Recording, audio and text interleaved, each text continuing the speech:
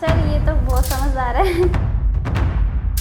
Problem कहाँ पे आते थे कि लास्ट आप कहाँ पे रुक रहे थे? ना जब तक सिलेक्शन नहीं हो तब तक कहीं नहीं जाना है। इतना टफ नहीं होता है कोई भी एग्ज़ाम, अगर हम अपने मन में ठाने कि हाँ बस हमें करना है तो करना ही है। तो एक ही टाइम हमने अनुज को प्रैक्टिस कराई थी और एक टाइम अनुज का जिम कराया कि किसी राजा की रानी बनने से अच्छा है अपने पिता की कामयाब बेटी बनो।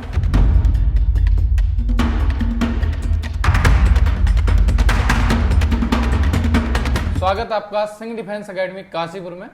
तो आज आपसे हम कुछ बच्चों से मिलाएंगे जिनका अभी यूपी पुलिस में फाइनल सिलेक्शन हो चुका है। तो अभी आपके सामने दो बच्चे हैं हमारे पास, अनुज और अपर्णा। और सबसे बड़ी बात ये है कि ये दोनों बच्चे सगे भाई बहन हैं और दोनों भाई बहनों की जॉब एक साथ और एक ही भर्ती में लगी है।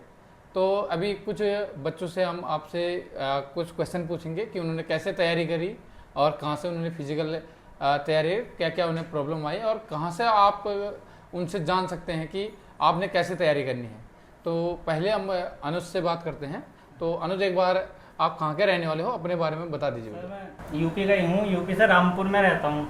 आपकी पढ़ाई कहाँ से करी बेटे आपने? पढ़ाई सर मैंने यहीं काशीपुर से की थी, कोचिंग से।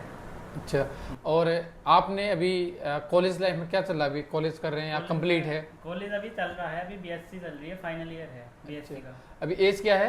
ए सर 20। और साथ में अपर्णा है। और अपर्णा, आपने अपनी कॉलेज स्कूल की पढ़ाई कहाँ से करी है? सर मैंने तो यूपी से ही किया है सब हाँ। पढ़ाई, लेकिन मैंने ये कोचिंग यहीं से किया है काशीपुर से। फिर अच्छा। बाद में जब मेरा सिलेबस हो गया था हाँ, तो फिर मैंने सेल्फ स्टडी की थी। तो जैसे हमारे बच्चे अनुज है, अनुज ने इससे पहले भी बहुत सारे एग्जाम क्लियर करे थे। तो अभी एक बार अनुज उन एग्जामों के बारे में बताएंगे आपको जो अनुज ने पहले क्लियर करे थे। कौन कौन से एग्जाम आपने अभी क्लियर कर रखे हैं? सबसे पहले तो मैंने एसएससी जीडी का पेपर दिया था, वो क्लियर हुआ था। उसके बाद फिर दिल्ली पुलिस का था, उसके बाद फिर एसएससी स्टेनो का था और फिर ये यूपी पुलिस का था। इसके बाद फिर एक और था, वो इलाहाबाद हाई कोर्ट का। अभी इलाहाबाद हाई कोर्ट का अनुज का लेटेस्ट है, जो सबसे यूपी पुलिस का फिजिकल होने के बाद अनुज उस पेपर को दिया था शायद, फिजिकल से पहले। प्रॉब्लम कहाँ पे आते थे कि लास्ट आप कहाँ पे रुक रहे थे? कि जैसे आपने दिल्ली पुलिस का एग्जाम निकाला, बहुत अच्छी जॉब है और काफ़ी बच्चों का ड्रीम जॉब रहती है दिल्ली पुलिस। फिर उसके बाद आपने एसएससी निकाला, तो प्रॉब्लम कहाँ पर आ रही थी कि लास्ट में कहाँ पे नहीं हो पा रहा था आपसे? प्रॉब्लम मतलब दिल्ली पुलिस में तो हाइट कम थी, उसमें 170 मांगते हैं, मेरी हाइट कम थी उसमें, तो उसमें रह गया था।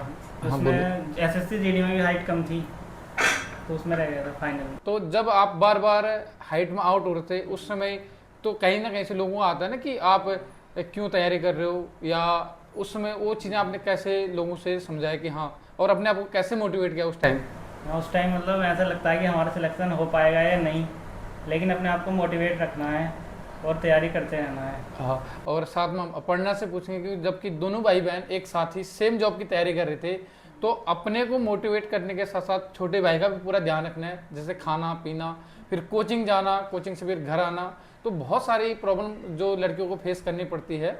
तो आपने उस समय अपने आप को इस परिस्थिति के लिए कैसे ढाला? सर बस ऐसे ही हो जाता था, क्योंकि मन में था कि हाँ बस हमें जॉब लेनी है तो लेनी है, तो फिर करना तो पड़ेगा ही ना उसके लिए। फिर बस सब ऐसे ही हो जाता है। तो खाली बस अपने आप को मोटिवेट रखना होता है कि हाँ बस हमें करना है तो करना ही है। इससे पहले भी आपने यूपी पुलिस से पहले कोई एग्जाम क्लियर करा था? हाँ सर, वो स्टेनो का हुआ था, लेकिन वो मेरे से टाइपिंग नहीं हुई थी ना, फिर हाँ। इसलिए वो रह गया। तो आप लोगों को होप नहीं छोड़नी है। अगर अनुज को देख के आप सीख सकते हैं कि 5 एग्जाम क्लियर करने के बाद छठा एग्जाम अनुज ने फाइनली सिलेक्शन यूपी पुलिस में लिया है। लेकिन अभी परिवार का क्या रिएक्शन था जब दोनों बच्चों का हुआ? शायद उस दिन हमारी बात हुई थी, होली थी, होली के दिन ही रिजल्ट आया था बच्चों का, तो बात हुई थी। मैं थोड़ा सा बाहर था, तो उस टाइम हम वीडियो नहीं डाल पाए थे बच्चों की। तो क्या रिएक्शन था उस टाइम पे कि फर्स्ट रिएक्शन जैसे आपने किसको बताया सबसे पहले? सर होली के दिन रिजल्ट आया था, तो टाइम तो पहले तो मम्मी थी, तो पहले मम्मी को बताया था। फिर हाँ। पापा उस टाइम बाहर थे, तो फिर पापा को कॉल करी थी, तो सब बहुत खुश थे बहुत। तो अभी आप जैसे अनुज था, छोटा भाई को आपने साथ में लेके जाना, तो माइंड में क्या रहता था कि जैसे कई बार होता है लड़के हैं घूमने निकल जाते हैं, तो पढ़ाई के लिए कैसे आपने खुद को कंट्रोल करने के साथ साथ एक जिम्मेदारी रहती कि छोटे भाई बहन जब साथ में रहते, क्योंकि फैमिली दूर थी आपसे। सर ये तो बहुत समझदार है क्योंकि ये कहीं ऐसे बाहर आना जाना इसका था नहीं, बस पढ़ाई करनी है, तो इसको कहीं नहीं था कि हाँ मुझे कहीं घूमना है टहलना है, बस जब तक सिलेक्शन नहीं हो तब तक कहीं नहीं जाना है। हम दोनों का तो बस सही था, ये अंडरस्टैंडिंग थी दोनों में, और बस हमने पढ़ाई की और बस अब हो गया सिलेक्शन। तो जैसे ही बच्चों का आंसर की आई थी तो उसके बाद ही दोनों ने रनिंग स्टार्ट कर दी थी। तो अभी क्या था कि पिछले बार जो भर्ती हुई थी यूपी पुलिस में उसमें जल्दी फिजिकल ले लिया गया था, तो इस बार भी बच्चों के दिमाग में वही था कि हमारा 1 से 1.5 महीने में 2 महीने में फिजिकल हो जाएगा। लेकिन इस बार यूपी पुलिस ने क्या करा कि फिजिकल में बहुत अच्छा टाइम मिल गया था, मैं लास्ट तक था। तो आप लोगों को उस समय कि क्या आपके मन में था कि हाँ फिजिकल कैसे करना है, क्या करना है, और फिर जब शुरुआत करी तो क्या क्या आपको प्रॉब्लम आई? हमने जो फिजिकल की तैयारी शुरू की थी, पहले तो हमें कोई आइडिया नहीं था कि हमने, क्योंकि फिजिकल की तैयारी पहले की नहीं थी, लेकिन फिर हमने सुना कि हाँ मतलब ऐसे सिंह डिफेंस अकेडमी करके है काशीपुर में।